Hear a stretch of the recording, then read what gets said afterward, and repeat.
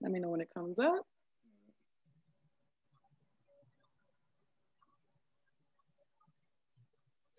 Thank you guys for tuning in.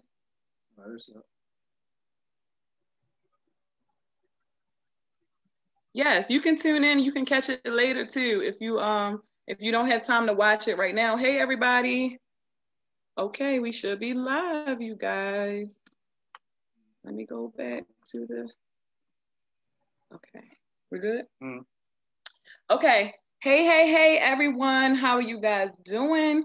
I'm going to give you guys a second to start rolling in. Hey Kim, put it up here. Hey Kim. Come on in. I'm gonna let the audience build up before we get started.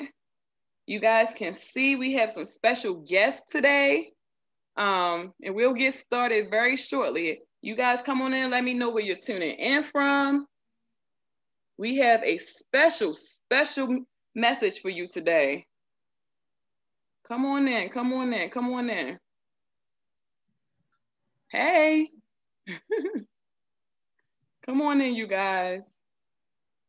And as you guys are coming in, do me a favor and let me know if you can hear us and see us clearly. Let me know if you can hear us and see us clearly. Come on in, y'all. Come on in. Let me know where you're tuning in from. You didn't share? No. Go ahead and share it. Detroit in the house. Okay. Come on in, y'all. You guys have it? Yep. Okay. All right, so we can go ahead and get started. Okay. So we got, you guys, we have a special treat for you today.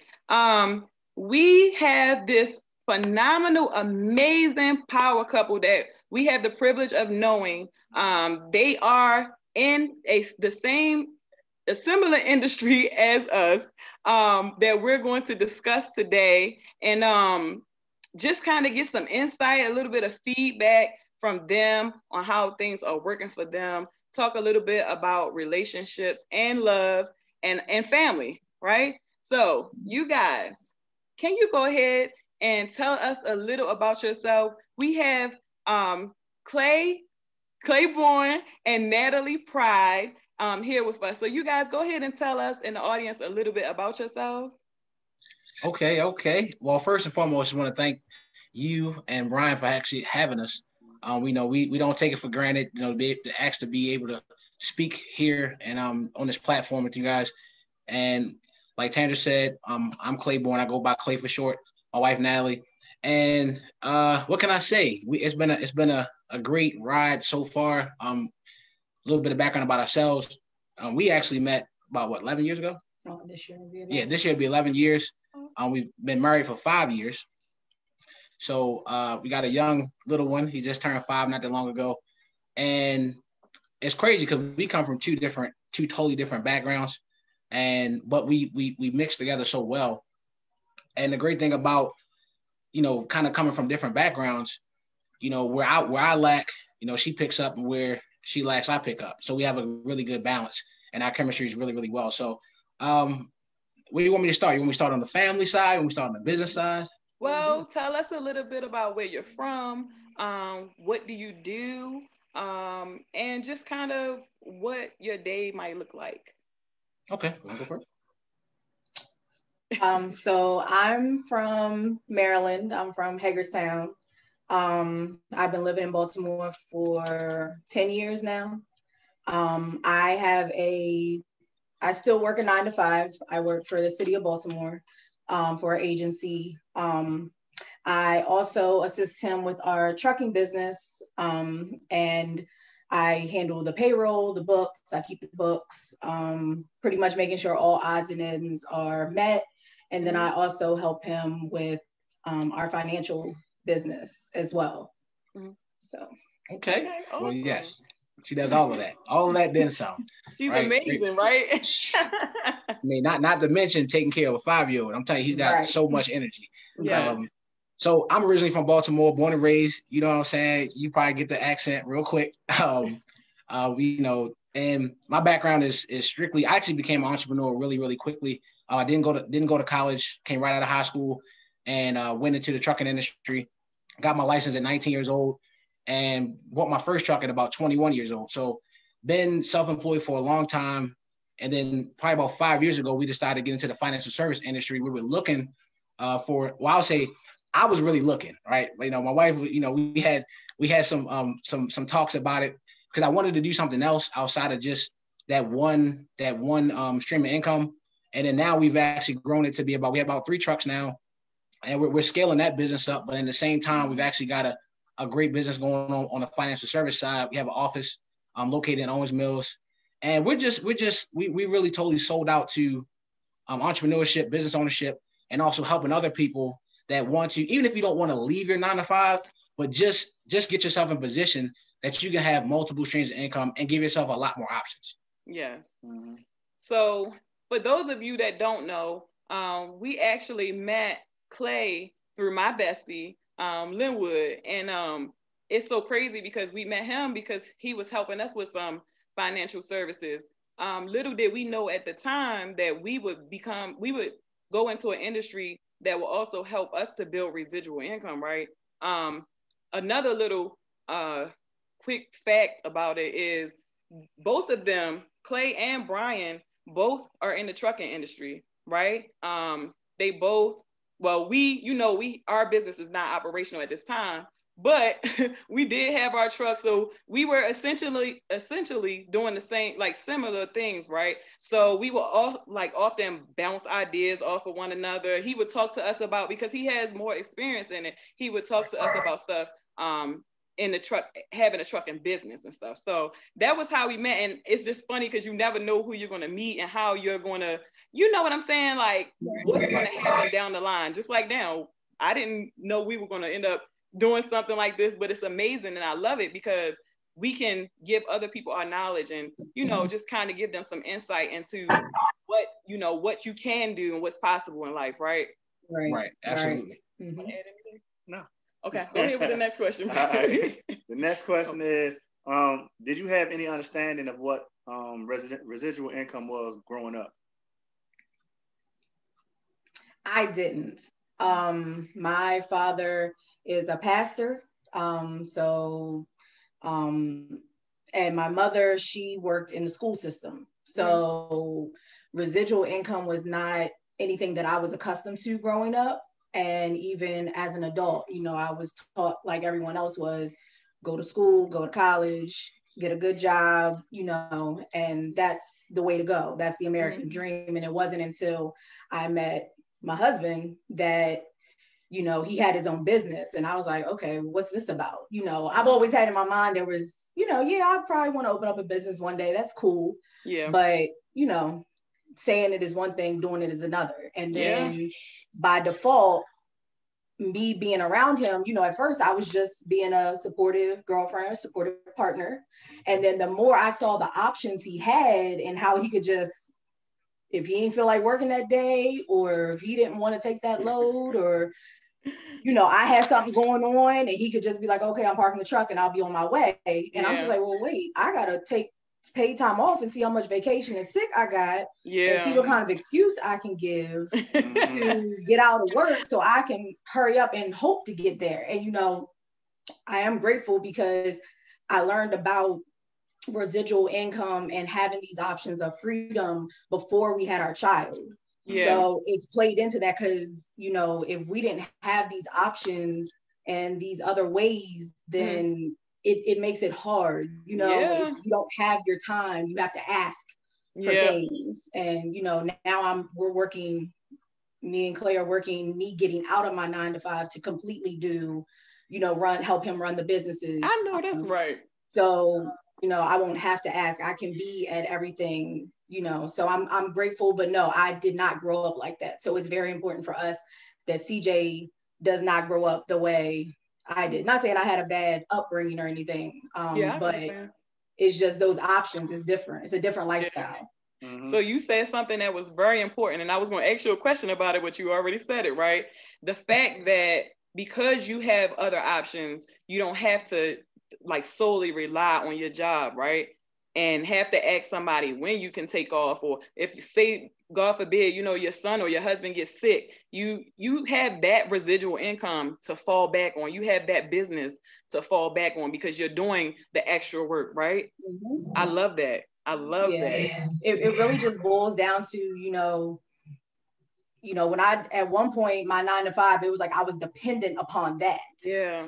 Because it's all I knew. And it was like, all right, I got to show up. I got to do this to get the check. And now, even though I still work and I'm grateful for that job, I don't feel as binded. I don't feel as like, I know I have other options. And those other options, if I need to, I can do what I need to do to get away from the 9 to 5. But, it's a different mind. Like I said, it comes down to the mindset. My mindset is different. That's a great feeling right there, knowing you got other options. Because I walk into work, and don't get me wrong, I'm grateful. I speak to everybody. I still bust my tail when I'm at work. Yeah. I do enjoy what I do. It is just like any other job. It's hectic, but it's a different weight knowing that I have other options. Yeah.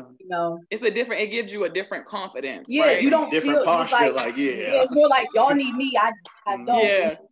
Like not today. Like. Okay. I love it. How about you, Clay? Did you want to add anything to that? Well, what she said was, right on point. My upbringing, I was blessed. My actual grandfather, they actually owned, him and his twin brother actually owned an apartment building, and while they worked for MTA, all those years, so they had the 9 to 5, but they also showed me, that was my first sign of entrepreneurship. That was my first sign of saying, yes, you can have a 9 to 5, but you can still have something on the side that'll bring in supplemental income. And if something ever happens to your 9 to 5, hey, I got something to fall back on. That was now they were good old country boys. Don't get me wrong. I love them to death, but they didn't have the best business mindset. Yeah. But they did a lot of things wrong. At the end of the day, but they did a lot of things right. And one of the things that they did right was they were a great example to me. And which brings you to a good point of, you never know who's watching. You never know who's looking. And even when I was young, I didn't really understand what was going on. As I got older, it started to make sense. When I'd be in school and somebody would say something, or I'd hear teachers say how much they make, and they're talking about student loan debt. And then I'm looking at the system, and I was one of those kids that, I could follow the instructions. I was good with authority. But when I became an adult, my goal was not to have another adult dictate to me when I can go home and how much money I'm going to make. And I didn't want to ask people, can I take off of work? That just was never in my spirit. So it never sat right with me. So I quit every job. Natalie will tell you, I quit every job I ever had. I walked off it. I would just walk off of jobs. Like I never gave it 2 weeks notice. Like somebody say, well, why you give it 2 week notice? That's not proper. And I always say, well, that doesn't make sense because you're not going to give me a 2 week notice if you're going to fire me. You're going to let me know 2 weeks. So I would just quit. And it got to the point where I was like, you know what? I'm gonna just burn all the bridges. I'm just unemployable. Like I can't do it. I'd rather grind and find a way to, to take care of my family on my own. And it's so liberating, and you feel so great when you can write your own check. Yeah. Right? You can just, because nobody's gonna pay you what you're worth unless you first know your value, right? And put yourself in a position where, hey, I can write my own check. I'm not worried about, okay, look, you don't dangle that little, and I don't take this wrong, but you dangle this little bit of, dollars in front of me and think I'm gonna jump for it. No, it's so much. I'm telling you, it is so much opportunity out there for people, but a lot of people just don't have they don't have the confidence in themselves.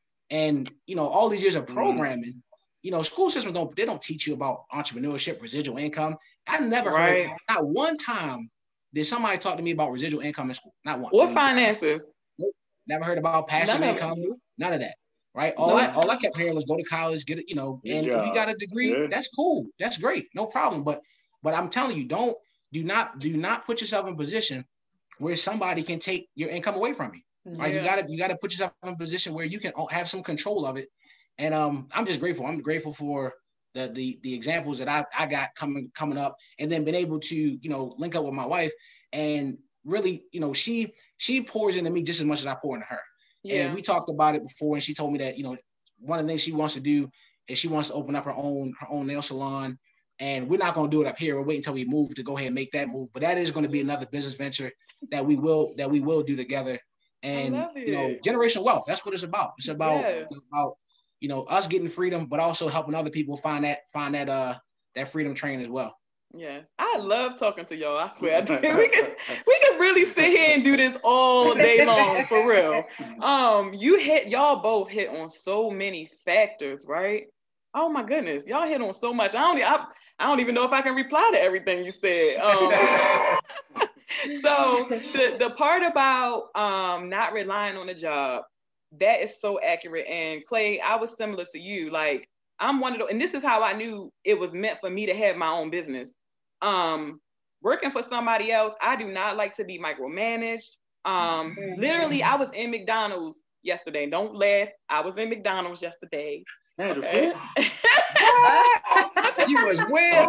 It wasn't for me, but I was in McDonald's, and the lady was talking to, and it's kids. Now I feel old when I go in there because it's always kids. They look like kids to me behind the register and stuff, right? But it was a grown woman in there, and the way she was talking to the guy, and my first job was McDonald's, okay? The way she was talking to that guy, I was like, it just was like, you get constant reminders sometimes of why you're doing what you're doing. The way she was talking to him, I was like, I should give him my business card, but I didn't. But I should have gave it to him. He kind of young now. He can't use it right now. But still, like that was one issue. Like, to what Natalie said about you, Clay, introducing her to business. So I went to school for business, but my situation is different. Like I went to school for business and marketing, but when I came out, it was hard to find a legit job, right? It was hard to find something in my field. So, y'all know I left my job to work on the road, go over the road with him and do the business. After being out there having the business with him for 2 years, y'all think I can go back to a regular job? No. Like, I can't imagine the minute somebody you know how people are. The minute they try to do that, I'll be looking at them like they crazy. Like, I don't have to be here. Like, and you're not going to pay me what I'm worth. So just having that other option, is amazing. And I could have never thought that I would be in the position that I am right now, just from taking that chance, going out there with him. Because, everything happens for a reason. Everything leads you somewhere. So doing that, and then it just like helped me to do what I'm doing now. So absolutely. That's all I'm going to say. You want to add something, baby? Come on, Brian. Come on, Brian. I can add a little word here and there. Yeah. Okay. All right, baby. Go ahead and ask the next question. All right. Didn't you kind of answer that one as far as done for the family? Oh, no, not really. No. All right. What has residual income done for your family? As far as like examples like save, pay debt, etc. Yeah. What do you feel? What do you feel is done for you? It don't have to be that specifically, but just to kind of give you some ideas. You wanted me to answer this one? Oh yeah, I think she wanted me to talk about this actual question. For I know for us, one of the best things to me I was so fortunate to be in position to do it. When my grandmother got sick, and the house that I grew up in, unfortunately she didn't have it paid off. But the great thing about it, the blessing was, the mortgage that was still left on it wasn't that much. It was about $70,000, and I was in position even at a young age, because I was 21. I was about 20. 22. About 22. I was about 22. And at 22 years old, I was able to take over the house and pay the house off. Okay. So having that done at a young age, just based on the decisions that we made, that I decided to make as far as to being on the business owner side and looking to have multiple streams of income on that, that helped just in general, but also just in our family, as far as the financial piece part of it is that when anything comes up, we don't have to sit here and like, man, I don't know if we're gonna be able to afford this, or we can't pay for this, or and one of the things that I think we've always done a really good job of is always living below our means. And even though we've scaled our income up through the years, we always stay at a good level where when things come up, because we understand emergencies happen, we understand that, and it's not a matter of if they're going to happen, it's just when they're going to happen. And you got to be prepared for when they happen. So we've done a pretty good job, and we're even getting better than we've been at just making sure that we keep ourselves in a good position. So the residual income and that business ownership part that we've been, drastically working on day in and day out has benefited our family in so many different ways, even down to our son. Like even down to CJ's only 5, but literally he sees the grind. So when I come in the house, he's like, "Hey, Dad, Daddy, did you just come from the office? Did you meet with a client?" He's like, "Well, were you in the truck?" So he's picking up on the things we're able to do, and I don't have to turn around and tell him no for everything, right? And it's not that you don't want to tell your kids yes to everything because they can become spoiled brats, but our goal is to put ourselves in position that no matter what happens, no matter what we want to do or what he might want to do, we want to make sure that we can take full advantage of the opportunities that will come up, right? Because the one thing I hate seeing is when you have a talented kid or somebody has a true gift, but they don't have the financial backing to put them in that position to flourish, right? If you have somebody that wants to be in a NASA program, but the space camp costs $10,000, they might not be able to do it. Yeah. But if you're in position, you can put them in those types of environments because the right environment is critical. It's so critical to the right to having that success. Yeah.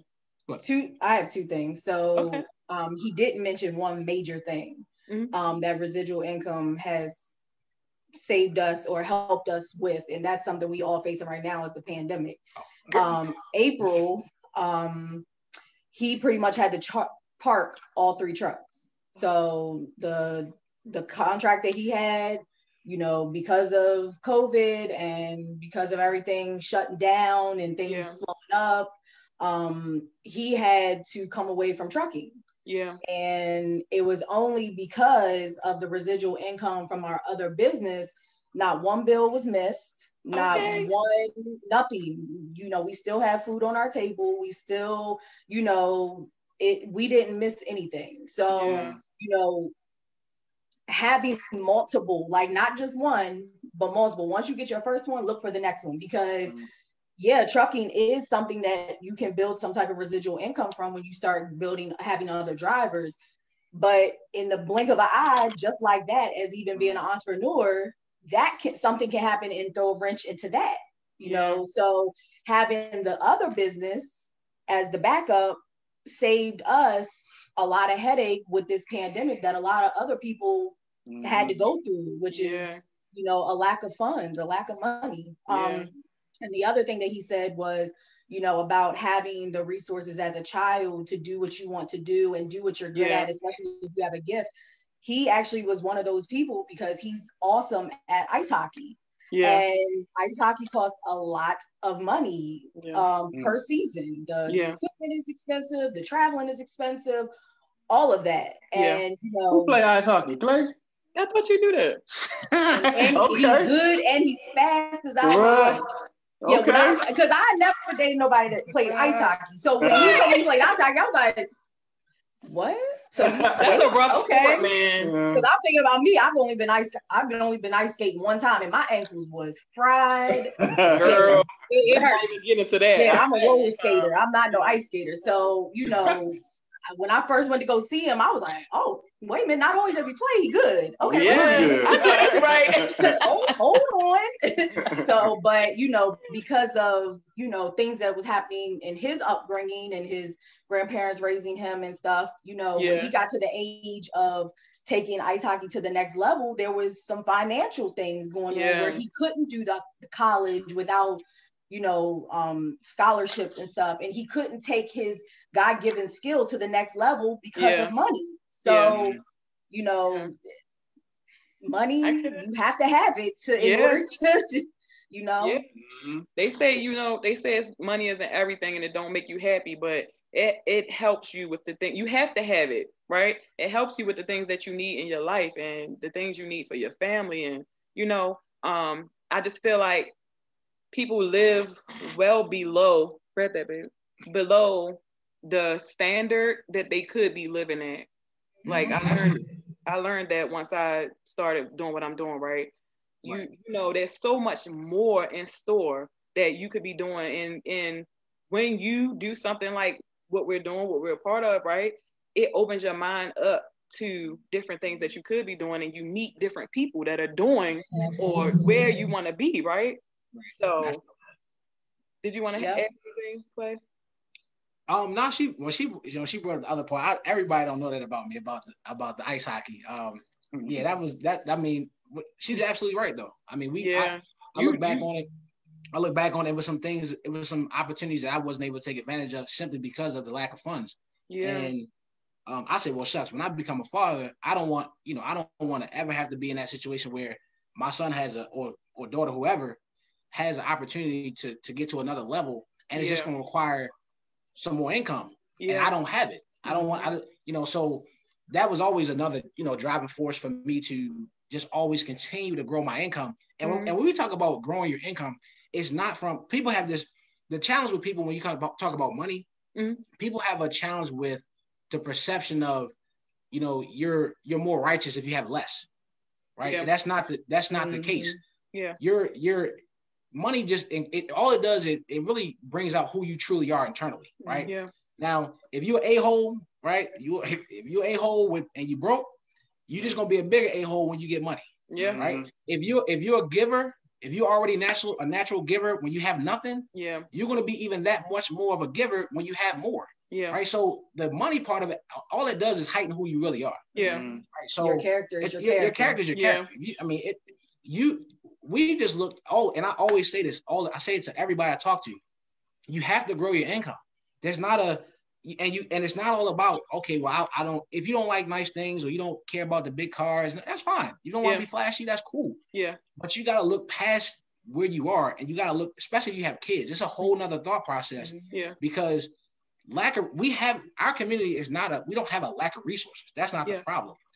We have a lack of good decision making with the resources that we have.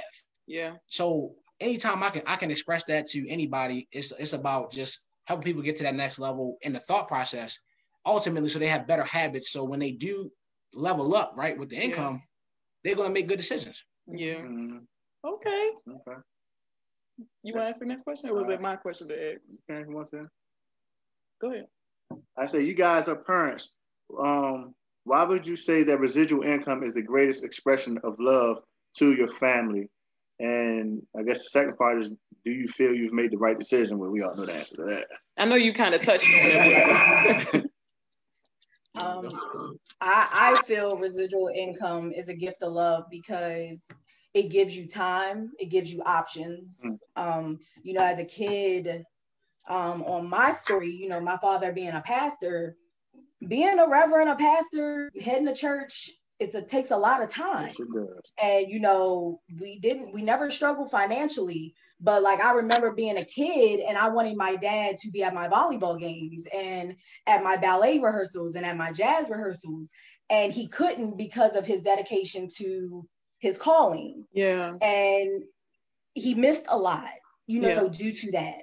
Yeah. And I feel like with those type of other streams of income and residual income, entrepreneurship, it gives you time, it gives you options, and that's one of the biggest things for me that I knew before I even had our son was that I'm not missing nothing. He gonna be sick of me. He's gonna be sick of me. Like, I'm coming to everything.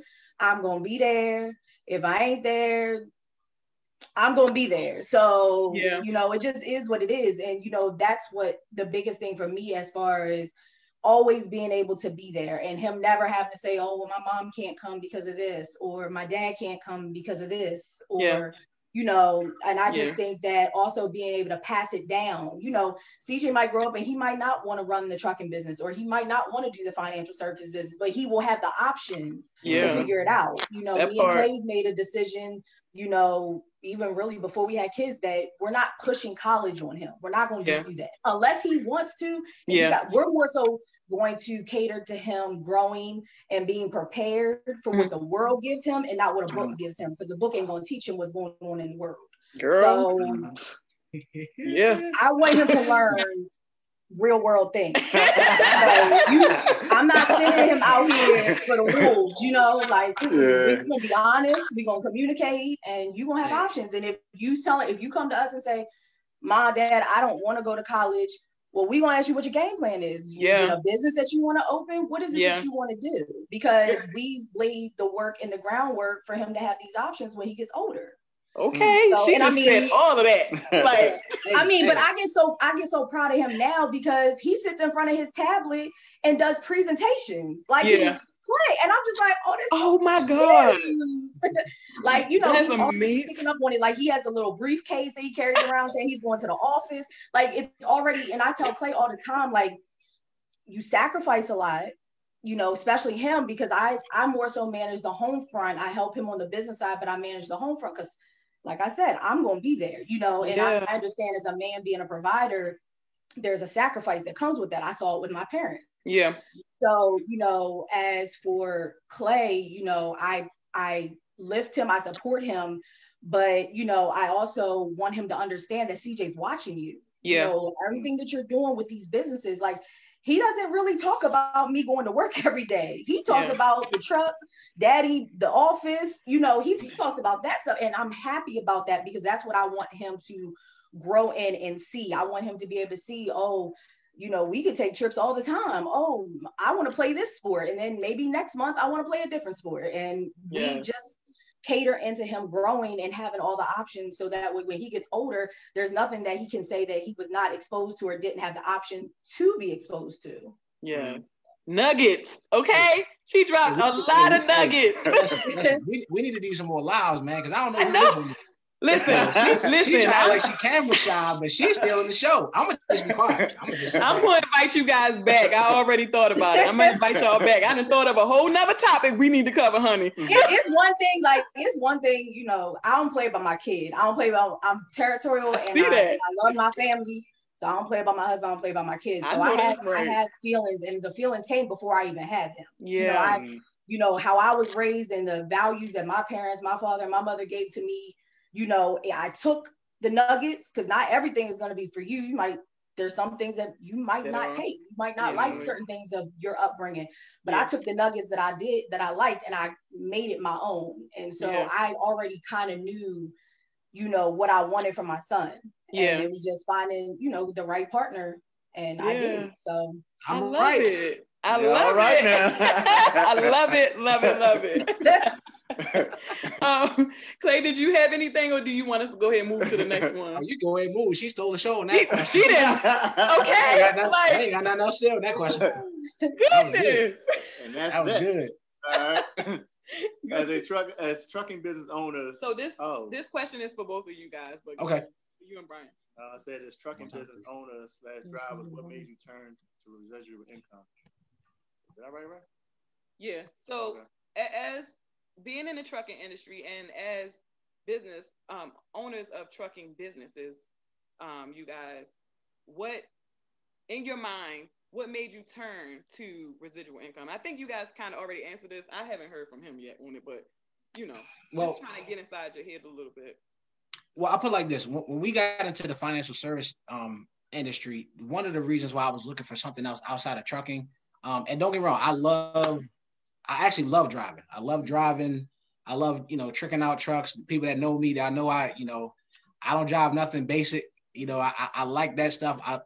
It's a good feeling. You know, we do a great thing. A lot of people they don't have the right perception of truck drivers. And I feel like I love doing the job. Now, however, everything that comes with the job, right? It's a very, very high stress industry. I mean, it's stressful. And there's a lot of overhead, right? And it's a traditional business. So anytime you're in a traditional business setting, you have traditional business problems, right? You have to deal with payroll. You have to deal with, you know, the law, especially law enforcement on the trucking business side. There's so many different things. I mean, massive amounts of paperwork, permits. There's so many things you have to worry about. Expenses, right? You have to make up. People like, well, expenses, you know. So people say, well, you know, truck drivers and people, you guys make tons of money. Yeah, we make a lot of money, but we have to because we have a lot of overhead.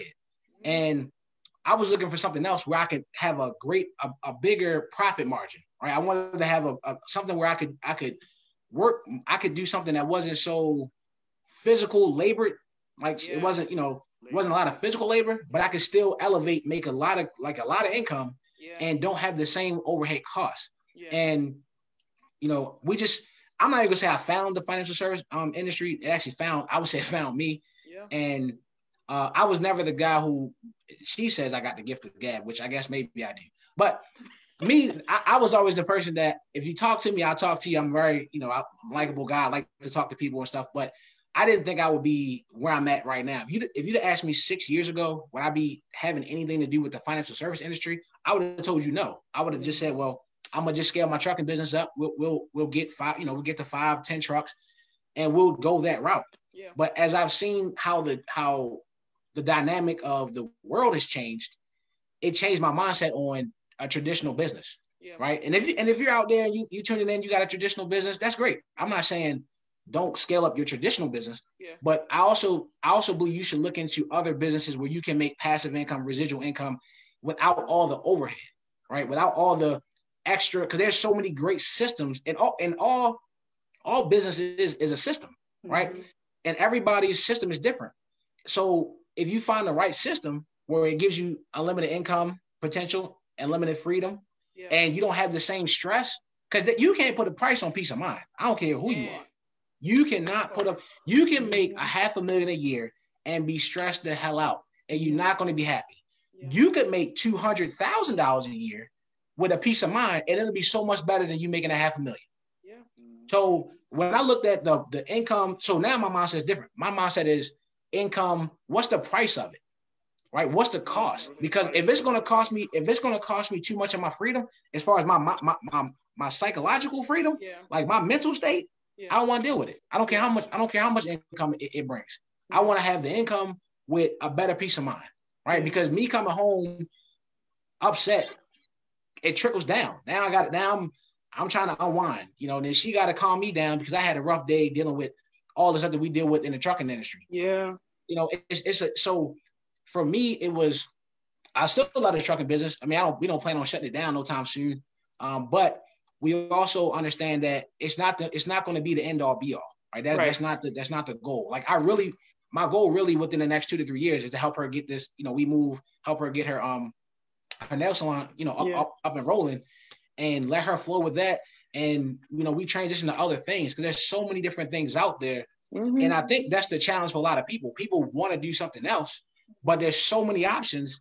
They don't know what's going to be the best fit. Yeah. So instead of them exploring and they're so afraid, they just stay in that box. They stay where they're at, and they never go out. So for me, yes, the trucking business has been a blessing. I don't regret anything I've done in the business. Mm-hmm. I don't regret any challenge I've gone through. It's only made me better, but it also woke me up to understand that you got to get yourself in position outside of multiple trucks, to be able to have residual income coming in with less stress. Yeah. So I want to, will you finish? I'm sorry. No, you good. Go ahead. Okay. So 2 things I want to say about what you just said. One, the first thing is, you know, when we're younger, some of us, we don't think about the fact that when we get older, we're not going to want to do all that labor stuff, right? So it's good to have residual income or some other options, because for me, like, I know when we were out there in that truck and he had me out there doing flatbed, I was like, this is not for me, honey. Like, it's time to tarp below. She in the truck. I'm out there by myself. I'm like, oh, man. Hey, that's right. That's a whole look, flatbed, a whole different ball okay. game. Yeah, I said, he got me messed up. Like, like, I can't, even now when we be like out and he'll see a flatbed truck, he'd be like, babe, you remember doing that? And I'll be looking at him like, yeah, and I don't want to never do it again. That's why I work so hard. You never. Okay, y'all hear me say it today. I'm not going back out there doing none of that. So that's the first thing. I don't blame you. And then I was gonna say, so what you guys said about the expenses. So for us, like being in the travel industry, the expenses are much different than what we had to pay. Nowhere near what we had to pay in the truck. Okay, so you want to go over some expenses real quick? Yeah, man. Like fuel, like probably like $4,000 a month. Insurance, $1,500 a month. Keep going, man. Maintenance on the truck. You know, that's the biggest one right there. Okay, so that's something great. Lord have mercy. So just the expenses of having a business that yields residual income for us is just different. Like it's nowhere near what that was. I do not miss it at all. See, for me, the trucking gets us by. Far from what I'm getting paid right now, it gets us by and it's keep us living good. But you need the residual income. If you want to plan on doing anything else or building on, you need different sources of income, not just relying on doing just that one source right there. Right. Absolutely. So that residual income part is like, man, it's all that. Yeah.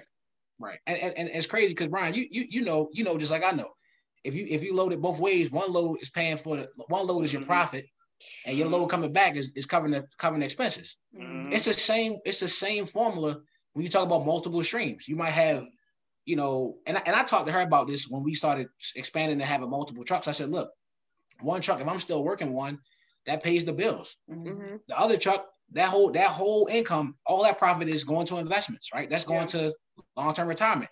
Third truck, that can go to us just having fun. Yeah. Right. So you can structure your multiple streams of income to cover certain things. Yeah. Right. So that's the beauty of it. It's the flexibility. It's nothing like it. I mean, and I know you said part of that question, Tandra, was, do we feel like we made the right decision? Which you already knew the answer. Yeah. But listen, if you on here, there's no way in hell I'm going back to doing anything that has to do with me working for somebody by the God's grace. If I'm serious. And it has nothing to do with I feel like I'm better than somebody else if they have a job. That's not the thing. The thing is when you've been away from corporate America for so long, it's literally like you got your freedom papers. It's like, ain't no way I can go back in shackles and be and worry about somebody dictating stuff to me. Yeah. It's no way I could do it. There's no way, because it ain't gonna work. Yeah. Even if I was a manager, it ain't gonna work. Yeah, it's not gonna work. I'm not gonna be able to do it. No, because there's somebody on top of you. Yeah, all the time. Never. Yeah. It's gonna be a conflict of interest. And like I know you had a post or it was a video earlier about networking, and I remember it was funny because I was listening to it, and I was like, man, Tandra, she is right on the money, because we market and we talk about networking every day. But people sit here and act like there's a lack of resources. There's a ton of information. Everything is open. You got people that'll show you a formula. They'll show you any system, because if you're in the right system, people want you to be successful because it's going to ultimately benefit them. Right. So if you're in the right system and you get there long enough, and once your mindset switches from corporate to multiple streams of income or entrepreneur, from as soon as your mind switches, you can never get it back. Like when you're out the box, you out that cage, it's no going back on it. You can't do it.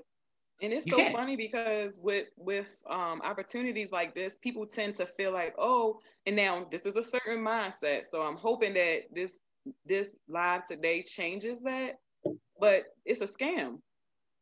You see real people doing this. We're real people. If you met us in person, if you've met them in person, you see that we're real people. They just sat here and told you that they work, they have businesses, they have a family. We're real people. So if somebody is coming to you with a legit business opportunity like this, then take a look at it. Right. It don't hurt to take a look at it. We so used to the mindset of how we were, brought up in the US of, like he said earlier, go to school, go to college, get a job. Break out of that. It's time to break out of that. If this pandemic has not taught you that you have to do something different, I don't know what will. Right. Seriously. Absolutely. Yeah. You want to add anything, Dave? No, all right, go ahead. He's like, Ryan, like, nah, I'm good. He like, are we good? Next question. All right. This one, I guess, going towards the season or what tomorrow says, why do you think residual income is a great Valentine's gift? Oh. I think we kind of went over that one. But if y'all want to, it's kind of like the question from earlier. Right. Gift of love. Yeah. The gift of love. I will say this. I will say this is why it's a gift of love. And I say this because when you have children, if you have anybody dependent on you financially in any way, right? Whether it be a spouse, it could be whatever. But especially children. We cannot be passing down debt, lack of knowledge, poverty. We can't do it. And it's been done so many different times. And it's a cancer, it's a sickness that really just kills families, because I sit with people all the time. And unfortunately, I've had people tell me straight to my face when I talk to them about generational wealth, how to set it up, easy ways to do it. Mm-hmm. Not nothing that's ridiculous. Simple ways to do it. Yeah. And it's so cost effective, but people are so worried about the microwave society. They want everything right now. Yeah. But they say they care about their families. Yeah. But they won't do simple things to set up the next generation to have a head start. And people say, well, I don't want, my kids, when they'll get it out the mud like I got it out the mud, or they can start from the bottom like I. What type of thinking is that? Because at the end of the day, why wouldn't you want to elevate? And like my wife said, we don't care if CJ takes the trucking business and grows it. We don't care if he gets in the financial service business. We don't care about none of that. Yeah. The thing is, we want his mindset to be right. Mm-hmm. We want him to we want him to be a person of high integrity. Yeah. And we want him to have a leg up. We want him to, if he goes to college, hey, you come out of school, you have all your investment stuff set up, you can roll right into buying your first house, right? Yeah. Or you can take over one of the houses that we're gonna have. You ain't starting from zero. Mm-hmm. We're not having that. Yeah. Now, some people, they play with it. We ain't playing. Like, you're not starting from ground zero.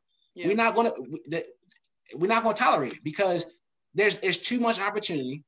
We're still young. We got plenty of gas left in the tank for us to go ahead and keep this train moving. Yeah. And I'm so tired of people just not taking it serious because they say, well, I care about my family. How do you care about your family, but you don't plan on setting the next generation up with nothing? Yes. But you care about your family.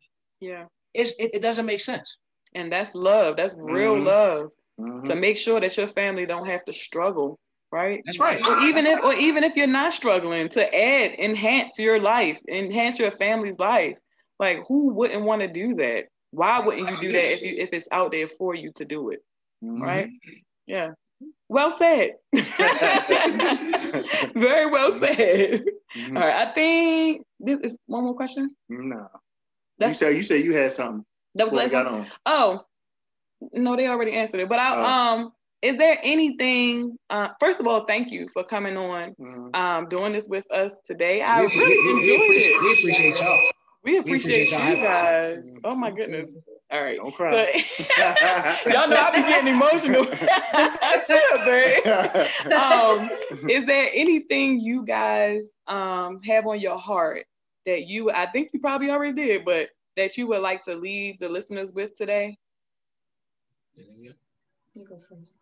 Okay, well, that's cool. I know she's got to run in about 10 minutes. Okay. But what I would say to anybody that's on here that's listening, and it's probably two different people on here. One person is probably somebody on here that's already in a business, has their thing going on, and they're getting things going, right? Listen, do not put a time frame. And I know we all got goals. We all have we all want to be there right now, right? We all want to arrive to success like yesterday.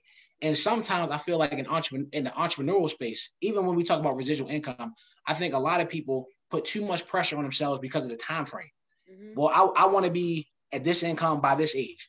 I want to be at this level by this age. Yeah. And that's great. If you hit that goal, that's awesome. But if you don't hit it at that age, you didn't fail, right? Mm-hmm. And I say this because if you look at history, some of the most wealthiest people in the world didn't really get their wealth and have everything compound until some of them even late into their 50s. They were like mid 50s, and they were in the entrepreneurial space for 20 years. Yeah. But everybody saw, oh, I never heard of such and such. Oh, they making billions now. Mm-hmm. Oh, that must have been luck. No, it wasn't luck. That was 25 years of work. That was 25 years of figuring it out, going back to the drawing board, learning, messing up, failing, learning, messing up, doing it all over again. And then bam, now you have somebody making $1 billion. And then next, 2 years later, it could have took them 20 years to make $1 billion. And then 2 years later, they got $5 billion. So it took them 20 years to get $1 billion, but it took them only, let's say 2-3 more years to get another $4 billion. Yeah. The compound of your efforts will not go in vain, but you can't stop because you feel like, oh, I'm failing because I haven't arrived yet, or I should have been farther ahead than I am now. No. It's all in due time. But the grind, you can't skip the grind. I talked about it this morning on one of our training calls. You cannot skip. You can't take the shortcut to success. You only can take the long way. Yeah. sometimes a long way rough. It's gonna be some tough times. You're gonna cry it out. You're gonna have some disagreements, especially if you're married. You're gonna have some disagreements. There's gonna be some heated fellowship, right? It's not gonna be, ain't gonna be all roses all the time, but you gotta understand that if it's on your heart, God placed it on your heart for a reason. He ain't put it there for you to just, okay, I'm not gonna pay attention. No, it's on your heart because that's what you're supposed to do. It's your purpose. Yeah. But your purpose might not flourish right when you think it will. But that doesn't mean you need to stop. That means you need to go harder. Yeah. And eventually your success over the years is going to compound. And before you know it, you can like, man, it felt like it was forever. It took me forever to get here. But once you arrive, you forget about all the hard times you went through. It don't even matter no more. Yeah. So that's my part. I'll leave you guys with just don't worry about the time frame as so much as your mindset of doing the work. If you do the work, the time frame, the year is going to pass by anyway, right? Life is tough regardless. Yeah. So let the years go by, but as you're grinding, eventually your success is going to show up. So that's my part to leave y'all with. I know my wife gonna let the mic drop. She gonna say her piece and she gonna drop that joker. Let me say one thing real quick. So to what you just said, one thing I want to add to that is you can't get time back either. And so what else you gonna do with all this time that you got? Watch TV? and when you gonna arrive, right? All right, that's all I got. Ed, I ain't got. Go ahead, Natalie, take it away. No, I more so speak. Like I just want to let like partnerships and people that might have one spouse or partner that's doing in one lane, and like for instance, I'm still working 9 to 5. He's completely entrepreneur. Some people are just as the spouse trying to figure out where they fit in. With the changes and changing your mindset. And I think it starts with being supportive. And you might not have to know the ins and outs of everything, but just being a listening ear and supporting and being open. Because like you said before, with trucking, it's very stressful. So sometimes he's gone 14, 16 hours a day. And depending upon what happened while he's in that truck, he comes home and it's just like, I can tell he's tense, he's upset, he's irritated. And,